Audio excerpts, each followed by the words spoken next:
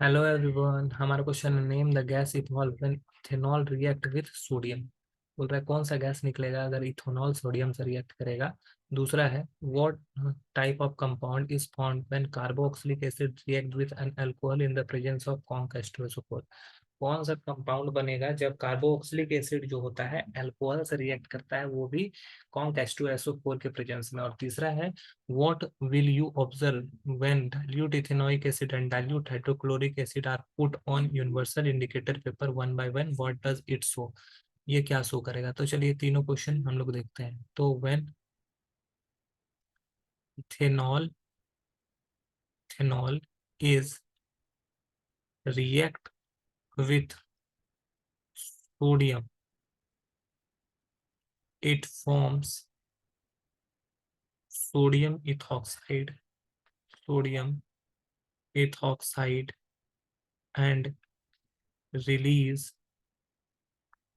hydrogen hydrogen gas. देखो वहां पर रिएक्शन कैसा होगा। ये CH3CH2OH ये हमारा इथेनॉल है। जब ये सोडियम से रिएक्ट करेगा तो सोडियम के 2 मोल से ये रिएक्ट करता है, और रिएक्शन करने के बाद ये CH3CH2ONA बनाता है। ठीक है, ये इसके भी 2 मोल बनते हैं। इसको हम लोग सोडियम इथॉक्साइड बोलते हैं, और साथ ही साथ यहाँ पे हाइड्रोजन गैस रिलीज करता है। ठीक है, तो ये ओवरऑल ये रिएक्शन होता है। फर्स्ट रिएक्शन हमारा कंप्लीट हो चुका है। अब बात करते हैं क्वेश्चन नंबर 2 की। ये इथेनॉल है, ये सोडियम से रिएक्ट किया और क्या निकाला, ये सोडियम इथॉक्साइड के साथ हाइड्रोजन गैस निकालता है। यहाँ पर भी क्या होता है, इफवेसेंस होता है। इफवेसेंस होता है जिसमें मतलब कि बुलबुले के साथ हाइड्रोजन गैस निकलता है। अब इसको पता करना है तो क्या करते हैं हम लोग, बर्निंग मैचस्टिक को इसको लेके जाते हैं तो ये पॉप साउंड के साथ जलता है। ठीक है, अब क्वेश्चन नंबर बी में हम लोग देखो what type of compound found when carboxylic acid react with alcohol.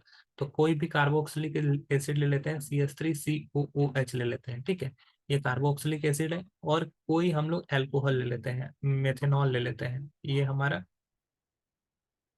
Methanol है। ये जब कॉन्क H2SO4 के प्रेजेंस में रहता है, कॉन्क H2SO4 के में, तो ये क्या करता है, यहाँ से यहाँ ये बॉन्ड ब्रेक करता है और H2O यहाँ से रिलीज करता है। ठीक है, अब जो ओवरऑल प्रोडक्ट बन गया CH3, ये CO इस तरफ में बचा, यहाँ से OH रिलीज हो गया और यहाँ से H रिलीज हो गया, H2O बना रहा है। तो ये जो कार्बन है ये डायरेक्टली ऑक्सीजन से जुड़ जाता है, और ये ऑक्सीजन CH3 से जुड़ा हुआ है। ऐसे को हम लोग ईस्टर बोलते हैं। ठीक है, ऐसे कंपाउंड को हम लोग क्या बोलते हैं, ईस्टर बोलते हैं। तो बोल सकते हैं what type of compound is formed when carboxylic react with alcohol in the presence of alcohol। तो लिख सकते हैं Easter is formed after this reaction. ठीक है, ईस्टर बनता है इस रिएक्शन में, और यहाँ पर ये इक्वेशन इन्वॉल्व किया गया है। ठीक है, आई अब हम लोग बात करेंगे क्वेश्चन नंबर सी की। चलिए इसको क्लियर करते हैं, तब क्वेश्चन नंबर सी की बात करते हैं। क्वेश्चन नंबर सी में पूछा गया है कि what will you observe when dilute ethanoic acid and dilute hydrochloric acid are put on the universal indicator paper one by one, what does it show। देखो क्या है कि जब हम लोग इथेनोइक एसिड लेते हैं, ठीक है, इथेनोइक एसिड, और इथेनोइक एसिड मतलब कि CH3COOH। ठीक है, जब इसमें डालते हैं, और हमारा दूसरा है हाइड्रोक्लोरिक एसिड, हाइड्रोक्लोरिक एसिड, ये जो होता है ये होता है हमारा CH3OH, सॉरी HCl। ठीक है, अब जब दोनों में यूनिवर्सल इंडिकेटर डाला जाता है तो ethanoic acid gives orange colour which show the pH range 4, and hydrochloric acid gives red color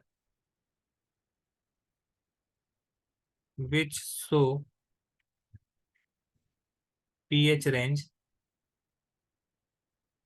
1 and strong acid.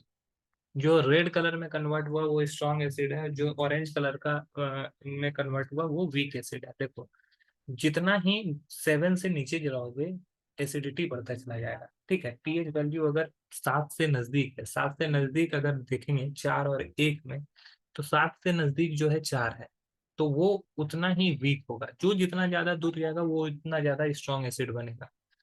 Hydrochloric acid एकदम रेड कलर देता है, इसका मतलब ये है कि हाइड्रोक्लोरिक एसिड एक स्ट्रॉन्ग एसिड है, और जबकि ऑरेंज कलर ही दे पाता है इथेनॉइक एसिड, इसका मतलब है वो वीक एसिड है। तो इस तरह से हम लोग पता कर सकते हैं इथेनॉइक एसिड और डाइल्यूट हाइड्रोक्लोरिक एसिड को यूनिवर्सल इंडिकेटर के द्वारा। आई होप ये क्वेश्चंस आपको समझ में आ गए होंगे। That's all, thank you.